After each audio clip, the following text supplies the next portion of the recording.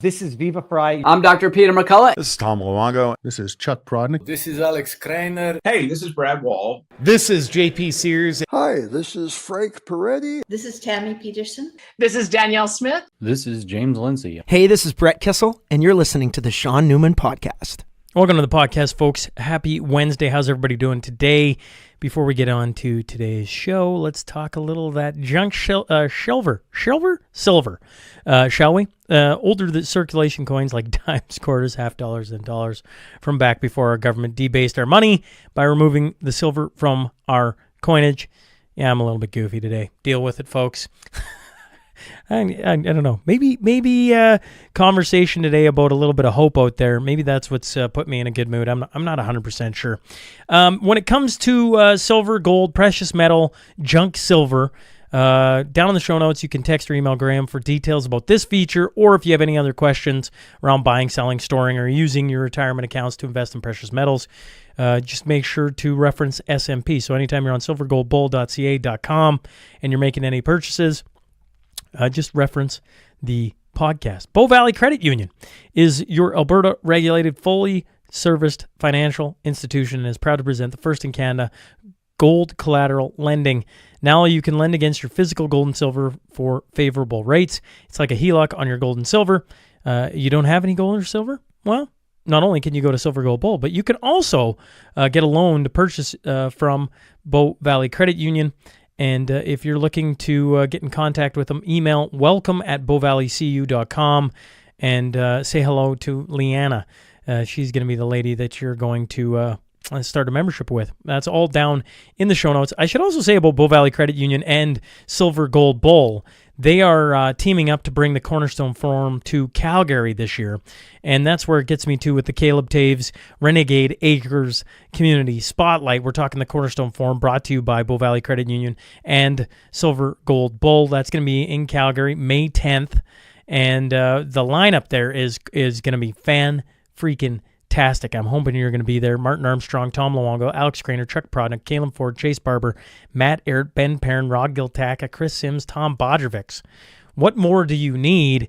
And as we sit, I think it's 31 days now until the show, and which means we got just over 2 weeks before we're going to have our final numbers in for food. So if you haven't bought your tickets, well, don't wait. Get in on that. Otherwise, the food tickets will be gone, and you will be down to just sitting in the stands. And that's totally fine, too. But the food tickets is the things we got in the next 2 weeks. Substack, free to subscribe to. So hopefully you do that. There's 2 ways to get involved there. Free, you get the weekend review, or you can become a paid member and get up to date on the debriefs after every interview. That's what we've been working on here over the last little bit. Getting, a little one-on-one, I guess is how I would say it. Either way, it's a way to support what I'm doing if that interests you. The new studio here coming in 2025, we're looking for skills, labor, materials, money, and we got a value for value legacy wall that could have your name or company logo on it. So if that's of interest to you, shoot me a text. And if you're listening or watching on Spotify, Apple, YouTube, Rumble, X, make sure to subscribe. Make sure to leave a review. Make sure to tell a friend. All the things. Now, let's get on to that tail of the tape.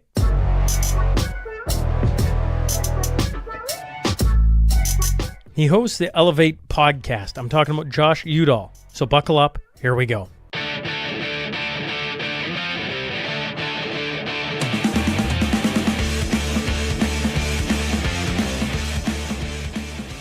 Welcome to the Shaun Newman Podcast. I'm going to try and get this right. I can't even spit out my name, folks. Josh Udall. So, sir, thanks for hopping on this side. No, thanks for having me on, man. It really means a lot. Well, I was saying it before we started that, forgive me, folks, are we at 828? I think we're right around 828. We've done a lot of podcasts on this side. Right. And one of the things we've been trying to do is track down interesting Canadians who are talking about Canadian things. And just when I think I'm hitting maybe the bottom of the barrel, and I don't mean that in a negative way, just I'm digging and I think I'm hitting, okay, we found all the Canadians. Now let's just continue to talk to them. Somebody else comes up and I'm like, who's that? And then you go look at them and you're like, okay, how is it that I don't know who this is? Okay, so let's just do it. Let's go. So I'm going to assume a chunk of my audience knows who you are. I'm going to assume that there's a chunk that's never even heard of you.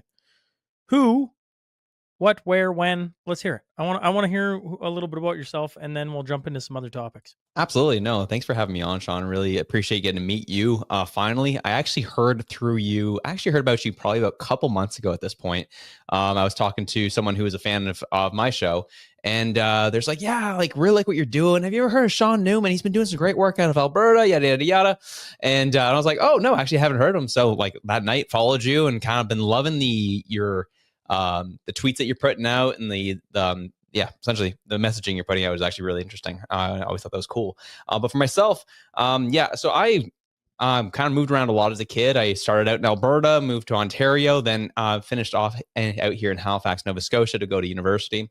My background is in design, user experience design. So I specialize in studying people, understanding their behaviors and how to use and understand those behaviors to develop and design software that they'll want to use and make sure that those design decisions that I make are connected to business outcomes. That's my background. How did I get into politics? Well, here's the thing.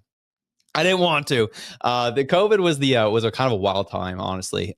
So it was one of I'm an extrovert by nature, and the whole like Groundhog Day situation was just not vibing with me. And so I called one of my friends and was like, you know what? Like, I need something to look forward to in the week. Would you be interested in doing like a podcast once a week with me? And he's like, yeah, well, sure, let's do it. And so that's how I got into the podcast game. And it was supposed to be about business, marketing, and design. And then, the government started infringing more on our lives. And it got to the point where it started infringing on how I was doing business. And I've always had an internal interest in politics, but there's always a rule, like I'll never talk about it outside of like my family and my friends. And then things just got so outrageous that I did one day where I kind of like did a little glimmer of the podcast and politics. And then the show started blowing up and then people started coming to me for political content. And the rest was history at that point. When did you start the podcast? This would have been July of 2020. So it was literally in relation to the fact that we were in the middle of COVID and they were shutting everything down. And when you say Groundhog Day, you're like literally COVID days sucked because you'd wake up and you couldn't do anything. 100%. Exactly. And I just and every day was the same. And so there was just nothing to look forward to. So I was just looking for things that like, all right, I'm going to do this once a week, or I'm going to do this thing once a week. So I have something to look forward to every day that isn't repetitive. And that was the origin of the podcast. Now, I want to rewind you back. You were talking about, I like how you pronounce Berta, Alberta. You really accentuate it. Anyways, it doesn't matter. That's a side note. Love it. You live in different parts. I was joking with you before, you're military, and you said close. Your family is in the ministries. Tell me a little bit about that, whether it's the ministry side or just like, not having where you grew up in the same place all your life, that's a different viewpoint than most. Yeah, it was interesting because we did move around a lot. Like the part I didn't tell you was I also spent the first couple of years of my life living in California as my parents were training to be in the ministry. And then from California to Calgary, then made our way across the country. And it was kind of just a weird experience because the hardest point of my life was, again, I spent a lot of formative years in Calgary. I lived there from 3 years old up until I was 10. And then we decided to move across the country to Toronto, Ontario, which was a very different culture, very different time. And it was a lot to kind of adapt and get used to. But overall, what was the consistent thing was my faith. The consistent thing was the people I was around in terms of like people who were grounded in their faith and had a different perspective on those things. And that was always helpful for me. And so what it allowed me to do is I was able to be in a space, which I know is not for everybody, but it was true for me. Church eventually became a place that I found a lot of safety in because everything outside of my life was always changing. I couldn't know who I could trust. I didn't know who were going to be my friends, who were not going to be my friends. But the church culture was always the one consistent for me throughout. And that's what kind of led to me to having more, I guess, delving into the podcast space or delving into more public speakings, because that's where a lot of my public speaking originated. I would do a lot of preaching. I'd do a lot of messages and learn how to connect text to what we're living in our daily lives and this, that, the other. And that's kind of what I was able to bring into podcasting. I felt like those early days of, going through church and going through church culture, it kind of allowed me to do what I do today. Curious, this is probably a better question for your parents, but you said that you started off in California. Mhm. And in my brain, I guess I kind of just assumed your parents were always in it. Right. And so that you were born and then you're just kind of bouncing around wherever they are. Right. So do I understand that right? That like maybe they got into it later on in life instead of right at the beginning of their courtship or what have you? Like, am You I you would be accurate. Yeah. My parents were not church people in the slightest. They actually so found church in their 20s, and that's where they found each other. what pulled them in the minute? Like I once again, these are questions for your family, but I'm like curious. You got to obviously watch it unfold and continue to unfold. Mhm. So like, what pulled them to California? Like, was it? I don't know. I'm just kind of curious. Like, why? Absolutely. No, these are these are fantastic questions. I don't think anyone's actually asked them before, which makes us fun. But yeah, the church, what we were part of, that was just kind of the culture at that time. Was all the training for church leadership was in LA. That's where you went to go train, learn how to do ministry. Then they sent you out to one of these smaller churches. And that's how to kind of operate. I was born in Toronto, and spent early days in Toronto. Then my parents were kind of being trained to, or being groomed essentially to become leaders in the church. And then after that point, the church felt like it was time for them to learn and train more. And so they sent them to California for a year. And that's where, they trained where they could learn how to be leaders.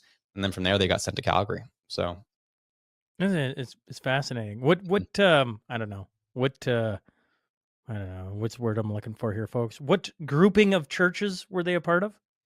we were part of the International Churches of Christ, which was a spinoff of the mainline Churches of Christ. So yeah. It's when I I've had lots of different people on here, and one of the things that coming from my youth, I guess, is I got to travel a bunch across Canada. And then as I played hockey, I got to go into the States and on and got to see part of the world. And one of the things we talked, man, this is a long time ago. This is probably 2020, honestly, maybe 2021. I'd had a military guy in here and he said, you want to solve some of the problems of Canada. You should create an exchange program where the East comes and lives out in the West just for a little bit. Doesn't have to be for a crazy long time, just so they can experience it. And the West should go live out in the East so that, as your kids are growing up, they're actually seeing the nation and getting to live in different parts. And so there's usually a couple of options where that actually plays out. And one of them is certainly the military, right? There are always different stations, the RCMP and ministries. It's funny, I never think about it, but certainly you're answering a calling to different spots. And so you get to see different chunks of the country, which where you sit now, I guess, with a show talking about politics. I'd be curious your thoughts on what the heck we're going through right now with Poilievre, Carney. Did the Liberals even stand a chance? It was just 2 nights ago, or I guess, as we record this, last night with Pierre in Edmonton. And they're saying, was it 10,000? Was it 15,000? It doesn't matter. It was a lot of people showing up for a political rally. Is there any chance this guy has of losing when wherever he goes? The fanfare is just, honestly, a little bit insane. What are your thoughts out east? It is quite fascinating to watch. I know you kind of hit on the attitudes between the West and the East. And, when Carney was doing his one of his rallies in BC on Sunday night, that was one of the clips that went viral. And I made sure to clip it myself, and was Carney essentially sending shade Danielle Smith's way. And as someone who can appreciate what Alberta brings to the table, who can appreciate how they've been treated not too well by our federal government, I just felt like if he's the prime minister, technically, and wants to continue being the prime minister, I feel like he should act like a leader and not be disrespectful to the premiers that he's gonna have to work with, especially the issues that we're seeing around energy these days. So for him to kind of slag Danielle Smith, I felt was kind of unbecoming. I clipped that, put it on X, and when the first day, the conservative groups kind of got it, retweeting it, resharing it, all that craziness. And then eventually it crossed the Rubicon into the left side of X, and man, they were ruthless. And it was interesting to see how they view Alberta, and they view them in like a vacuum, that they're only there to serve us, is kind of what I gathered. And that was quite frankly shocking to me, because I'm like, you have to admit, like, Alberta serves a pretty good role within our country's fabric, and you're just going to treat them as you treat them. Like, it makes almost zero sense to me. And so with that being the case, we go and see what Poilievre's doing. Obviously, he's going to pull the crowd. He's going to pull in Alberta. And I know the Liberals are saying, oh, of course it's in Alberta. Why is he campaigning in Alberta? Does he think he's going to lose Alberta? He's like, no, he went there to prove a point. Carney's been only doing rallies in safe places around the country that are Liberal red. That's all where he's been going. And he's polling 50, 100, 150, 200 people. On max, I think it was his latest rally was maybe 2,000. It maybe touched that. Poilievre said, okay, I'm going to go to Edmonton and poll 15,000 people in an industrial park. Not a place that has transit. No, not a place that can be easily accessible. No, in an industrial park that people had to walk a good chunk of time to be able to go from their car to the rally. Like, this is incredible what we're watching. And the only thing that comes even close to what we're seeing is Justin Trudeau in 2015. All the fanfare he got. And the Liberals are like, oh, he's the next best thing. He's awesome. And the Liberals couldn't stop talking about his crowd sizes. The Liberals couldn't talk about how popular he was. And that pales in comparison to what we're seeing with Poilievre. And I didn't think we'd ever see it for Conservative candidate, but I think we're witnessing it right now. So do you think that Carney stands a chance then? Yes. So hear me out. Here's the thing: is we are witnessing one of all of our institutions and all of our media, all of our polling is being weaponized in this election from what we're seeing.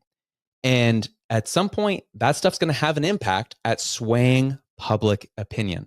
It's going to do enough. It could do something to where people are like discouraged and they don't want to go vote. Like, oh, Conservatives are going to lose anyways. Why am I going to bother?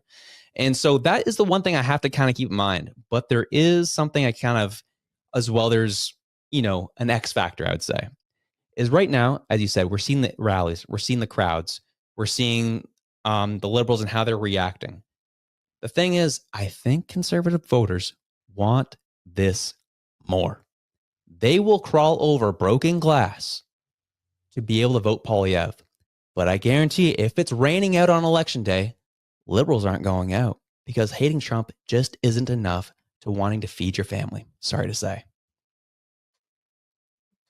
I don't know. Liberals are freaking crazy.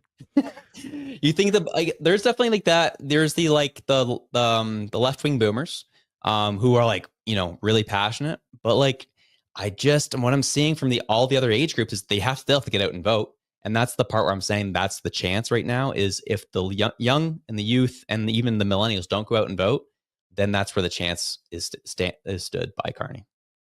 Yeah, you're pointing to the voting percentages and how they break out. Mm-hmm. And there is, I will tip my cap to you on that because like there is a lot to be said about what groups are going to be turning out and what groups feel like they're being heard and what groups and on and on and on. There's a growing dissatisfaction in a certain age range in the population. I just on the phone this morning, honestly, to a guy from Alberta that I think very highly of, and he's working on his way to the States right now. He's working on his, I'm getting out of here. I'm done with this. Yeah. I'm just done with it. And then that sentiment hit, when you go back to when you started, when I started 2021, that was reaching what I thought at the time was a bit of peak insanity, yeah, they're going to lock us in our own country, people flooding out. And now the same people they don't even care if it's Carney or Poilievre. There's a growing sentiment of that where they hear, at the start how the Easterners think about Albertans, and I'm just done with this. I'm just done with this setup. I'm not doing it. And it'll be, we're how many days away now? We're essentially 20 as we sit here, 19 as this airs, days away from an election. Did you ever think you'd be like, well, I guess I'm taking the conversation in a different direction. Did you ever think you'd be so happy for an election to finally happen? Like has it not been just like slow played and feet dragging? And it's like, we're not going to tell you when the election's coming. And then finally it's less than 3 weeks away. And you're like, you know what? One way or another, we're going to have an answer. That is saying something because we've been held in limbo for so long. Yeah, I think that's like the struggle with like a minority government in general, even just how our system is set up, is when you see so much our system didn't work how it was supposed to. That's the reality. When you see so much corruption happening in the governing party and the party that's supposed to help bring them down refuses to, that means you've broken your system and you've broken the trust in that system. And that's why I feel like people are mentally exhausted and spent. And I feel like this is kind of like that last hurrah that there's a part of me, if I'm being honest, that like is thinking about, okay, if this goes a conservative minority, like we will be back in the polls by October. I just 100% believe that. And so we will see what happens. There was a relief, sure, that the election came, but it was Mark Carney and it wasn't Justin Trudeau. And Mark Carney, people need time to see Mark Carney for who he is. And that's why they called the election when they did. That's quite right, because they don't know him enough. They don't know how corrupt he really is. And he didn't want people to find out about it. So he called that immediately. And people tend to equate what's happening in Canada to what happened down south of the border. But the only thing I would say to that is, I would say it's the same thing if Trudeau got swapped out for Freeland. That would have been the same thing. However, what we're seeing right now is the equivalent if Biden got swapped out for Gavin Newsom. That would have been a different election if Gavin Newsom was going head to head with Donald Trump. And that's why the polls are getting so close right now, from my perspective. So you're out in Halifax. You're Mhm. walking around. You're having conversations.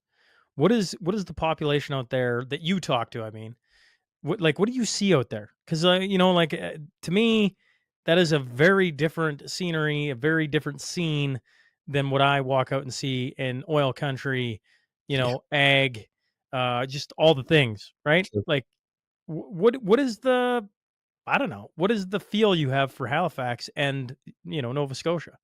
Well, right now what we're seeing is rural areas are very much like boom, Polyev, no question about it. Those are the farmers. Those are the people who are working hard. Those are the people that are wanting to stop being taken advantage of by the federal government.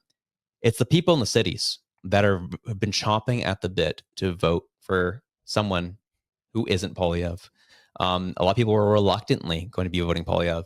And when Trudeau got swapped out for Carney, all of a sudden there's like, oh, thank goodness, I don't have to vote for the bad guys. So is it the Donald Trump effect? Is that why they're in the position where they want to vote for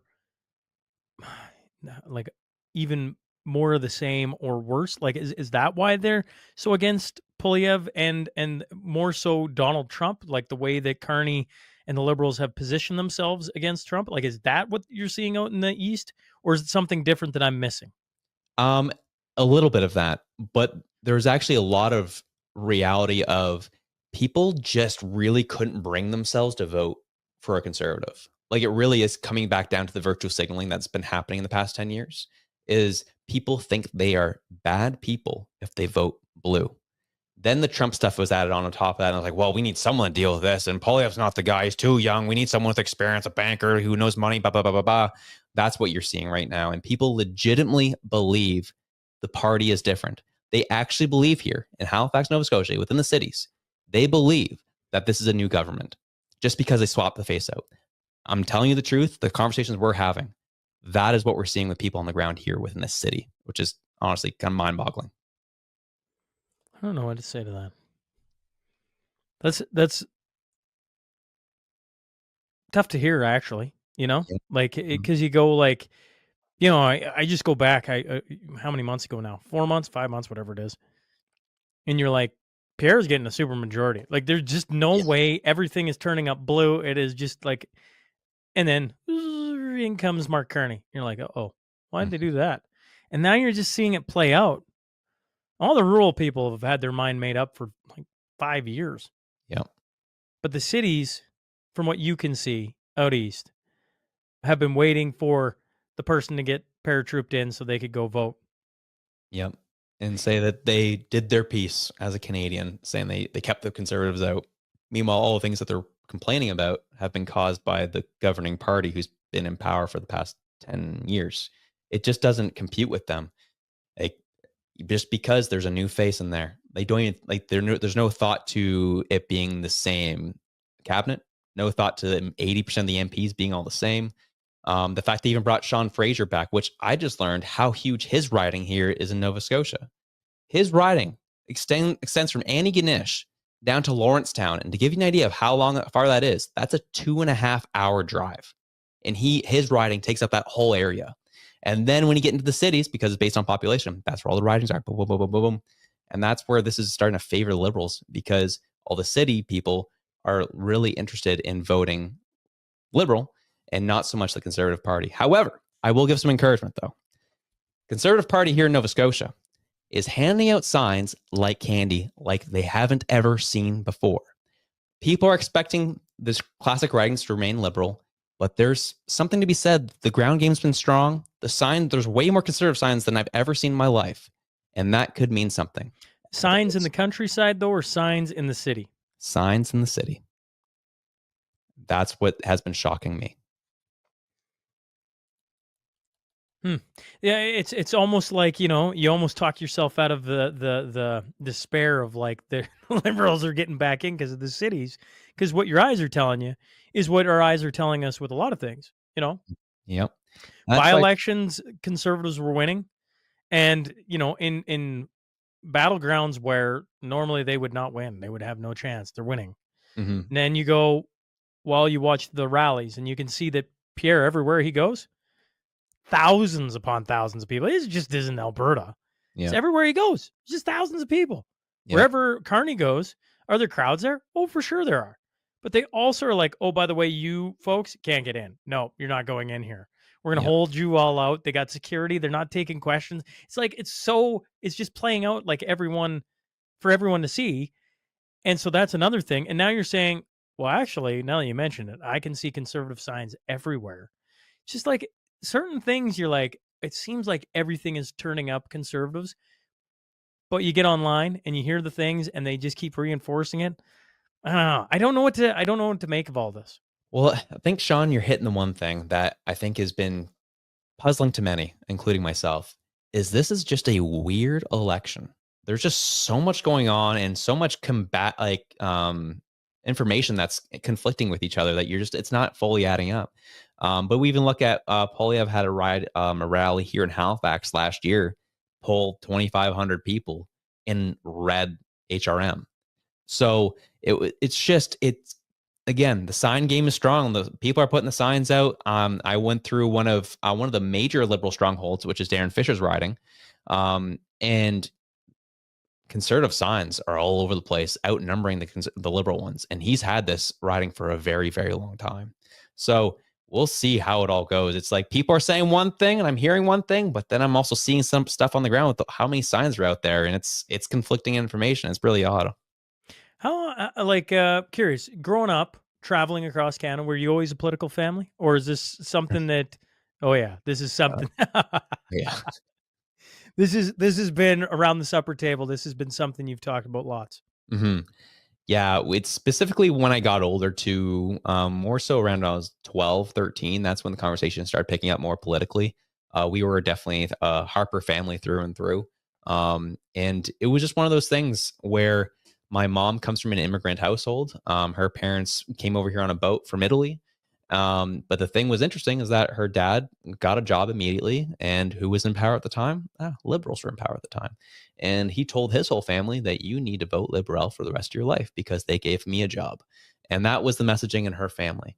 And then things got really hairy with Jean Chrétien and Paul Martin, and my nono had passed away, and my Italian family flipped Conservative after all that happened. And they voted Stephen Harper. And so much so that my nonna was in a house alone in Niagara Falls. And my mom called her like, hey, who are you voting for? And she's like, don't tell anybody. Don't tell anybody. Whispering on the phone, but I'm going to be voting Stephen Harper. It was just kind of weird, that whole switch. And since then, my mom was Liberal, has flipped to Conservative back when I was like 11 or 12. And that's when we started talking more politics around the table after that. That is like, come on, spit it out, Shaun. It's a hard story for me to understand. Like, I fully understand it, but I'm like, but still. So you get over to a country, you go, you gotta vote. Like, can you imagine saying, no matter what happens, you're voting this color, no matter what, because they brought us here. Yeah. And it's like, but Grandpa, what happens if they ask us to just do something horrific that goes against everything we've learned in life, goes against our faith, everything? Yep. don't care. You vote the red. It's like, what? That doesn't make any sense. It doesn't make any sense. Yeah. Like it, because I keep hearing this, right? Like all the immigration going on, right? All these people flooding in, and they're all voting red. I'm like, why? They are all these people dumb? Like none of them can just like go. There's some things going on here, but there's some other things that just doesn't make any sense.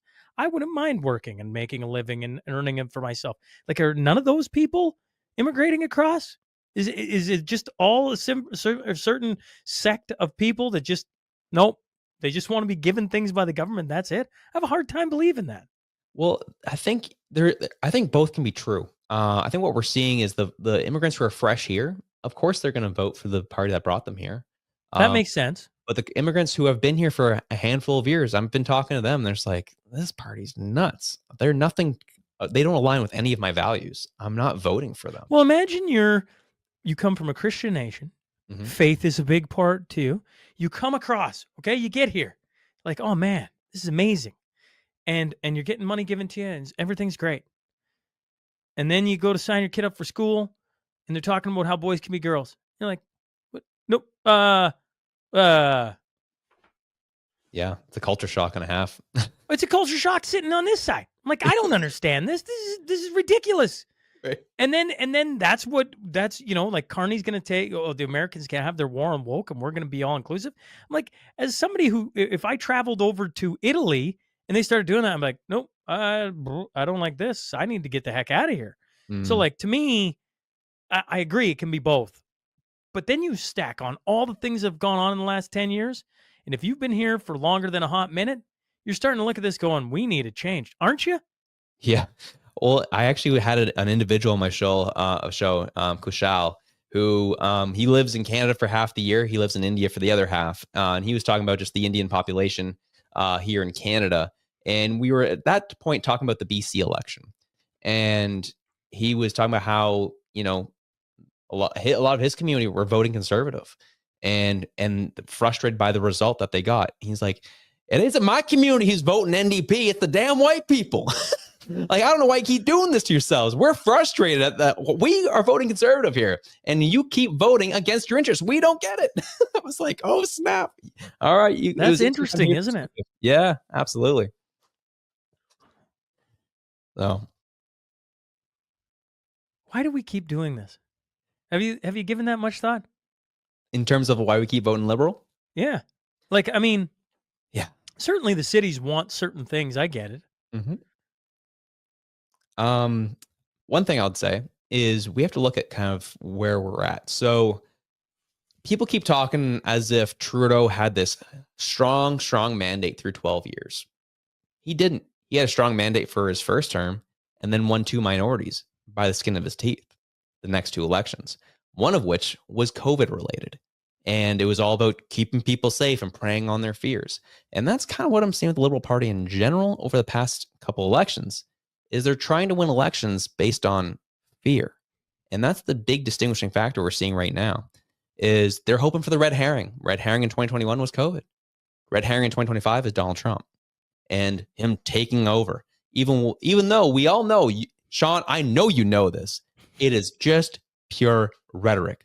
But these people up here in Canada really believe Donald Trump is going to amass the army and take us over, or take us over economically. That's what they really believe. And the Liberals know that. And Liberals know they don't have a platform. They don't have anything, a record to run on. All they can do is, we'll fight Donald Trump, elbows up. That's all they have. That's the red herring. And I think that may fall short this time. Fear can only go so far. People are seeing hope in Poilievre's platform, and I think that will win at the end of the day. Yeah, I when you've lived in the dark dungeons of fear for as long as we have, right? Because it's been, go back to 2015, it wasn't. I remember 2019, the election result, though, and being like, what is going on? And feeling, there was a huge Wexit movement at that point in time out west. Yeah. Okay, so out west, 2019 was a big year. Yeah. And then, of course, that didn't amount to anything. But we're 6 years past that now. So there's been 6 years of some form of despair. Not to mention in 2020 you get COVID, and then you get those, and you have the Freedom Convoy, and you have the demonization of a whole group of people, and on this goes. And you go, a little bit of hope, if this was 20 years ago or whatever, maybe 15 years ago, there was hope. I guess 10 years ago. 10 years ago, there was hope in Justin Trudeau, right? That's kind of how they sold it. Yep. Now it's like, we need hope away from the Liberals. You might be right there. A little, because like the fear thing, I think, is starting to bug everyone. Enough with it. Let's get back to life here.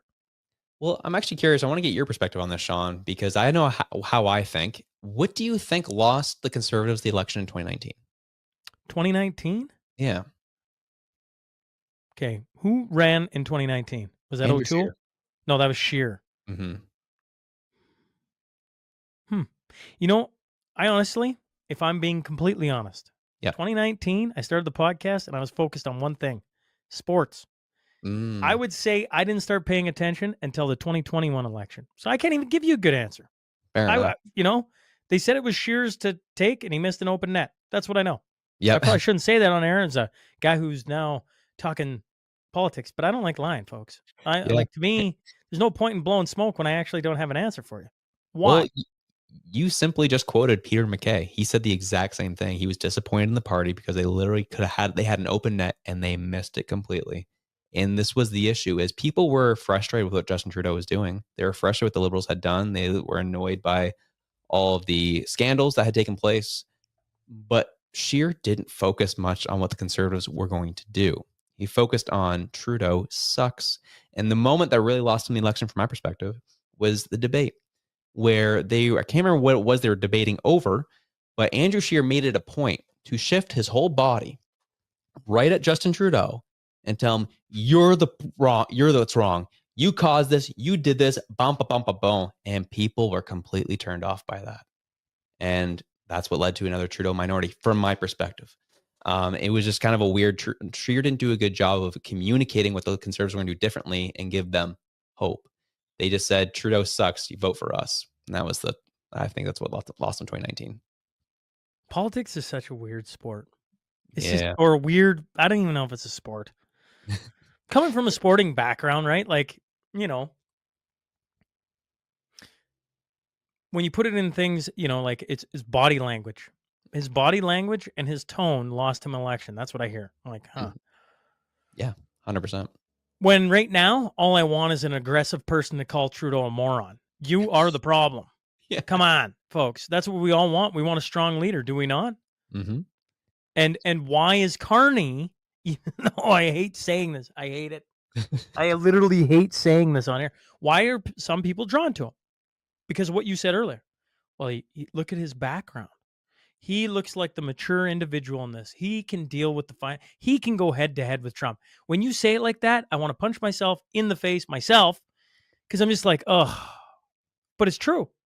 Like, I mean, it's true in the sense that I can see how that can be perceived to the voting audience, because here in Canada, we are different. I mean, I run into people such as yourself that at age 12, it started around the kitchen table. Wow, that's really interesting, because there's a lot of people that have no idea. What was the thing that we were saying this morning?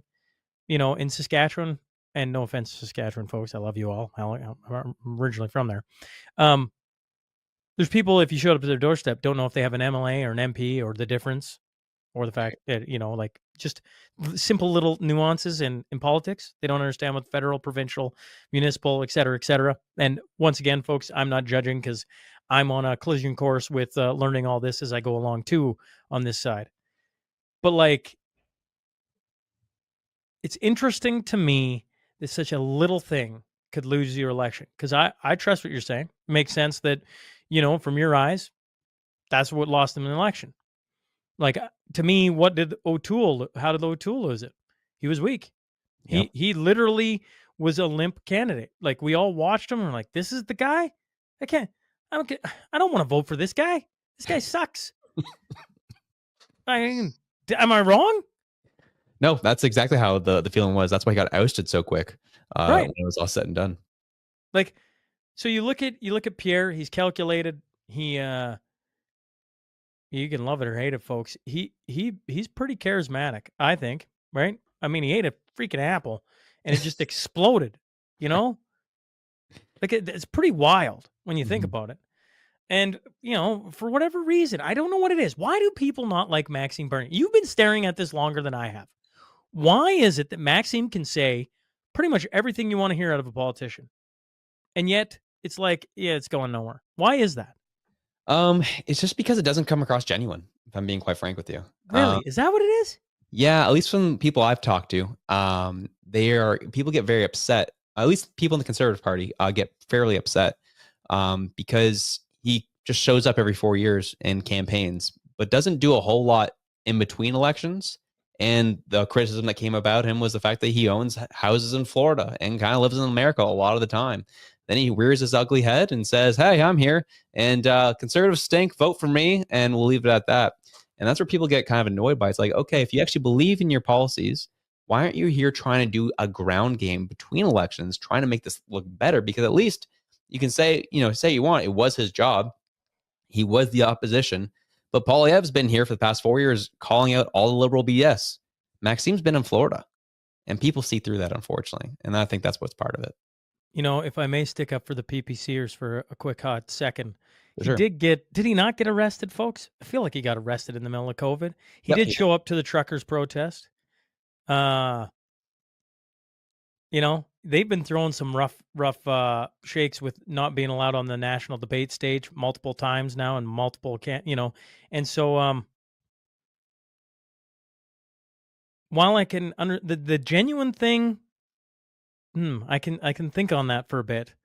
The not being here in between the election cycles, I don't know about that. I guess I never really thought about it before, but like when I see from this side, especially through COVID, I can't speak to before that. I can speak to the COVID times. It felt like Maxime was in the middle of the fray almost all the time, Yep. speaking out, talking about things.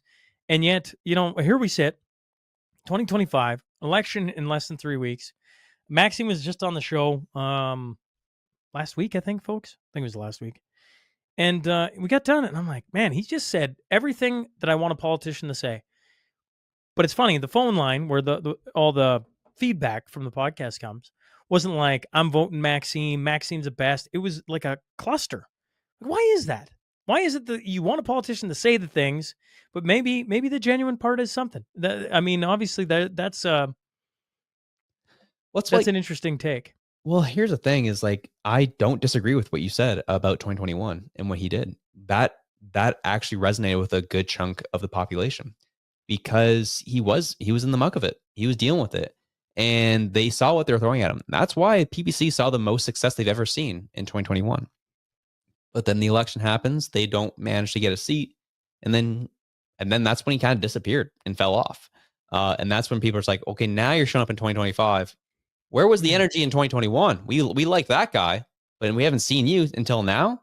What's going on? And that's kind of a lot of the questions I know people are having about Maxime, again, about his essentially the authenticity of it. Well, I appreciate a different side of the country, like the opposite side of the country's take on it, right? Because it's just putting more pieces of the picture together, if you will, right? Because you have, like you say, 2021, yeah, there was a Maxime there. And then a space, and then 2025. And people for sure are going to be upset us talking like this about Maxime. Not that I wish Maxime no ill will whatsoever. Just it's curious to me, the voting public, how they perceive things. The Liberals have been, it's frustrating. I have to applaud them at times at how brilliant they've been in a very dark, nefarious way. I don't like them. Yeah. I don't like what's going on. But even, I had a guy on, shout out to Peter Schultz, who talked about them sending Trudeau down to meet Donald Trump and what that was going to do. They knew that Trump's going to eat his lunch, but that's going to do. And I'm like, man, that's, when you think about that, that's smart. And the Liberals have been very probably calculated in their approach to things, even with Carney coming in, and the fact that we're even having the possibility, don't you just, love or hate the Conservatives, folks, don't you just hope you wake up on the morning of the 29th and you flip open the website because you didn't want to even care to watch anything, and boom, it says new prime minister for Canada, Pierre Poilievre, and you go, Oh, thank goodness. Let's just move on with life. And I know there's a whole bunch of people. They're going to be Shaun. He's leading us. I know. But for a moment, it's just like maybe everything isn't completely corrupt and insane, because it has been insane for the last 10 years. Yeah. And we're seeing it full throttle, and I also want to give a shout out. Like, I'm not here trying to, as you said, not trying to hate on Maxine. I'm just reporting what I've been hearing on the ground from people. That's all I've been seeing and hearing. But when it comes to the craziness we've seen in the past 10 years, we're starting to see it right in this microcosm right now of currently the past couple weeks, and then moving on to the next 2 weeks. The corruption is so clear at this point. We're seeing it in our media establishment. We're seeing it in even our pollsters. We're seeing it in just weird ways that everything's kind of manifesting. And it almost feels like this is the last screech of the empire, the last screech of the establishment being like, we know we could lose this. And that's when I know people, like especially the PBC members, are just like, Polyev, he's a fake. He's the same as Trudeau. And I'm like, I hear you, but the lengths they've been going to sewer this man leads me to believe that what he's been saying is true, is that he's not the same as Justin. He's not a WEF member. He's not going to be catering to these multinational interests. Because if that were the case, I don't think that this election would be as greasy as it has been. I don't know. I don't know what to say. I'm just like, I'm interested because I got a guy on the other side of the country who has a different, like the one thing that I find very intriguing about talking to you is I host a live show on Fridays, show Tuesdays. And I mentioned to him, I said, yeah, I got a guy coming on from the Elev8 Podcast. I've never even, you ever heard of this? He's like, no. He's like, oh, that's interesting, right? Because it's like different networks, different people. Is there some crossover? Obviously, because you mentioned, somebody brought up my name. And then obviously you slid into my realm, and I'm like, oh, interesting.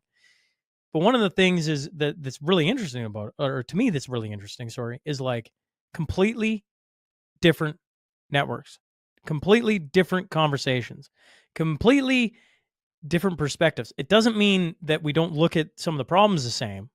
It just means when we're talking about certain things, you being out in Nova Scotia, like I'm just kind of curious, like,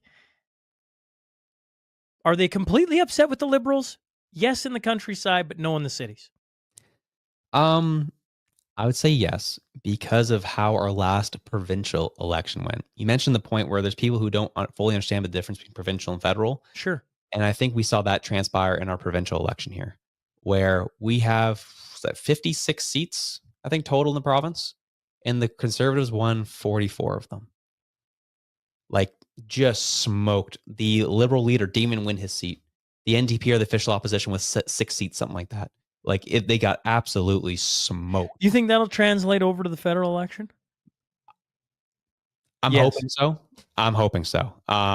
It's tough to say, but what I will say is that the Conservative government here hasn't, or the PCs, haven't done anything that's upset the population. The population's received them very well in what they've been doing the past several months. And so the only thing that's upset the left, it's really ticked off the left. And this is one thing I think Tim Houston over, who's the premier, over to a lot of the Nova Scotians, was obviously the threats and the pressure that we were getting from Donald Trump. He's like, for the first time, a premier in this province says, we need to start doing mineral extraction. We need to start getting our natural resources out to markets. We need to start figuring this out. We cannot pander and be submissive to the very loud minority mob who will come for us, who thinks everything's bad. We can extract our resources in an environmentally sensitive way, but we also just need to start doing it because we need to start making some money in this province. And what happened? Well, the next day, everyone's at Province House with their signs. You can't, no fracking, no, they start going off about all the random things that they were going off about. He gets in the mic and says, there's been too many premiers who have bent the knee to the mob and to these environmental groups. I will not be doing that. We will be moving forward on this, and they have to get used to it. And that's the first time we saw any boldness from leadership here when it comes to standing up for Nova Scotians, which was very, very interesting. And that won a lot of the population over. So I could see that possibly translating to a federal vote.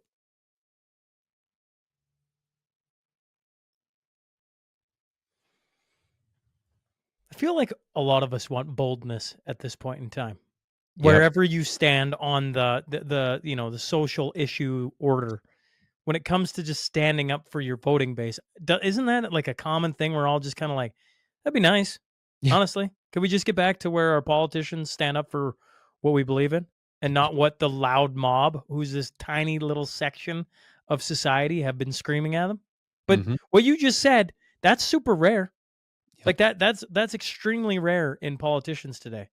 And we got Premier Daniel Smith, right? Like, I mean, we got the one who, I think if you're sitting in Canada, your most conservatives are wishing they had Daniel Smith in their province, because what is perceived, and I think, my hat's off to her. She's been standing up to the mob, and with a lot of support, I might add, from the Alberta population to stand up against, the woke.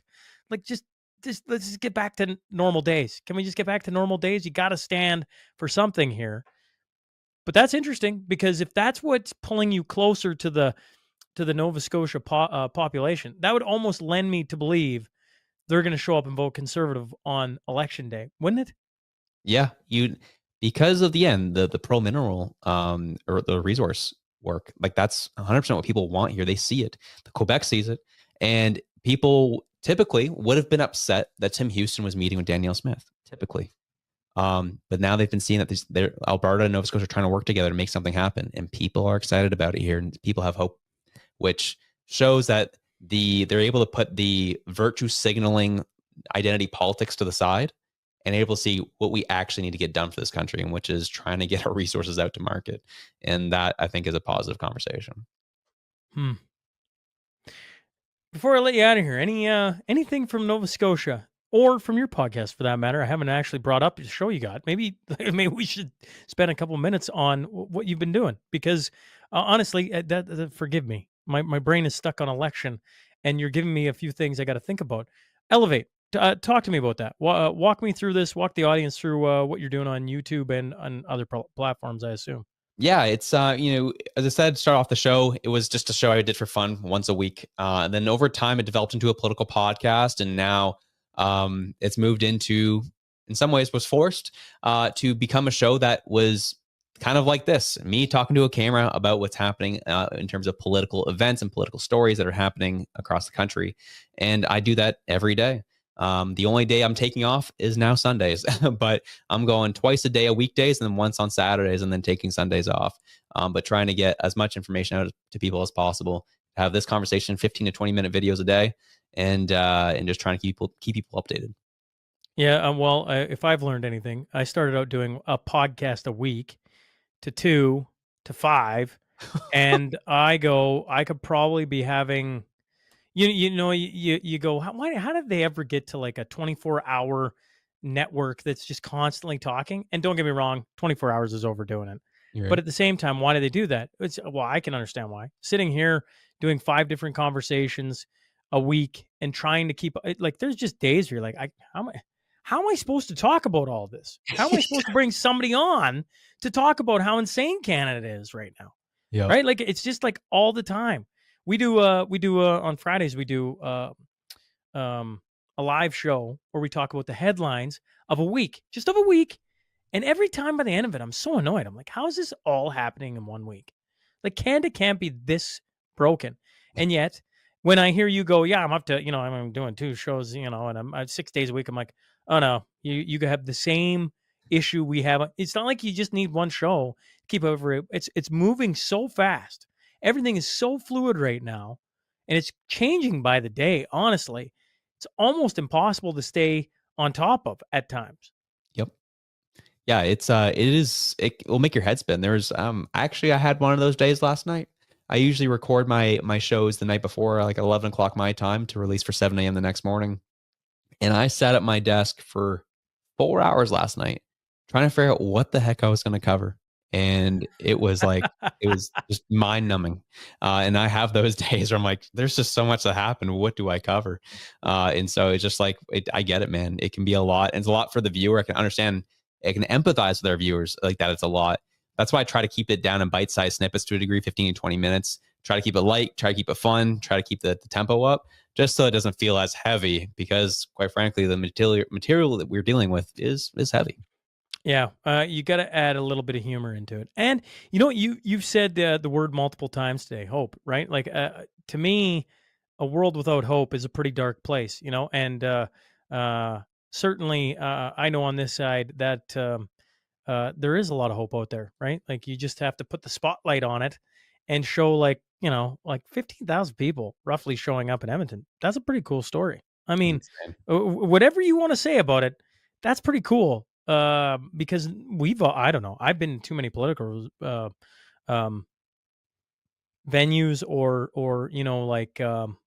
I mean, it was just in Alberta. The UCP AGM had 6,500, 6,800, 6,000. I can't remember what the number was. Oh. It was the largest AGM in Alberta history, if not Canadian history. I can't remember now. Now I'm going to butcher that. But it was pretty cool. And the thing about that many people in the same spot is the atmosphere is, for lack of a better term, electric, which already just starts bubbling new conversations, and people start walking a little differently than, the dark days of, I think, COVID, where, don't meet with 5 people and you're not allowed to meet in a hall. You're not, don't do any of that. You think of where we've come from, and the fact that 15,000 people took a night of the week to show up to a random, like you say, I saw the video of the shop. It was monstrous, which was pretty cool. Josh, appreciate you hopping on and doing this. Any final thoughts, where people can find you? Fire away. Yeah, absolutely.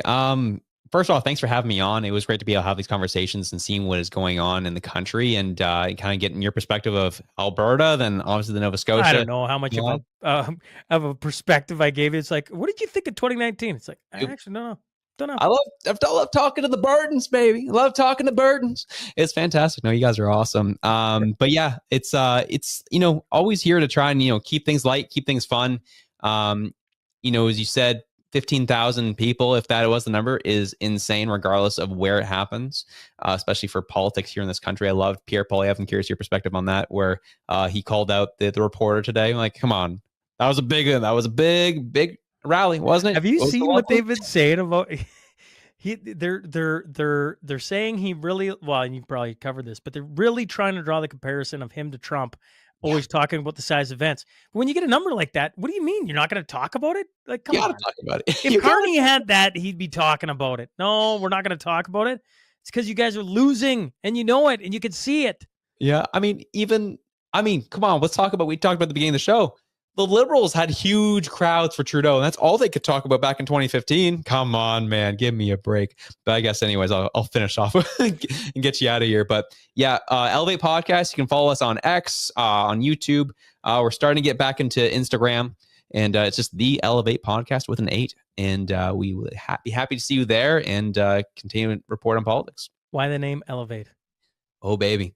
As again, it originated as a business show, and so we wanted to elevate people's understanding of how to make money, and that's how it went. And then the problem was we gained a pretty decent following over time, and then the politics stuff just kind of grew it like crazy. And I was like, well, the brand recognition's already there. The people love the branding, which is the colors, the black, the blue, and the red. And I was like, I guess we're just keeping it as the Elev8 Podcast. I didn't bother changing it. Why? When you started talking politics, when was that? That was COVID? Yeah, it was actually, I know exactly when it was. It was when they started bringing the vaccine passports in. And I was like, whoa, okay, this is a little much here. This is getting kind of crazy. And that's when things popped off. And you were doing it on YouTube? Is that, or was it separate from YouTube at that time? Yeah, all right. We had next to no YouTube following actually at that point. It was all through like clipping. You got like 95,000 followers right now on YouTube. Or am I undershooting you? We'll say 95. We're 500 away from 100,000. Please keep following us. There you go. Okay, so you're at 100,000 on there. Yep. But your Elev8 the podcast was actually just on like Spotify and things like that. Yeah, like we had like a YouTube presence. We just kind of post the full show and that was it. But like we had maybe a handful of followers. We really, when we started this thing, it was just like, so yeah, we got a real following like this time last year. We got up to like maybe 30,000 followers, just going once a week type of thing. And then, yeah, we were at that point, but just past November, and we grew by like 50,000 since November. So once you start going every day. Cool. Well, best of luck to you. I appreciate you hopping on and doing this. And but now we know where you're at. We'll probably be paying attention. Either way, Josh, thanks for hopping on this.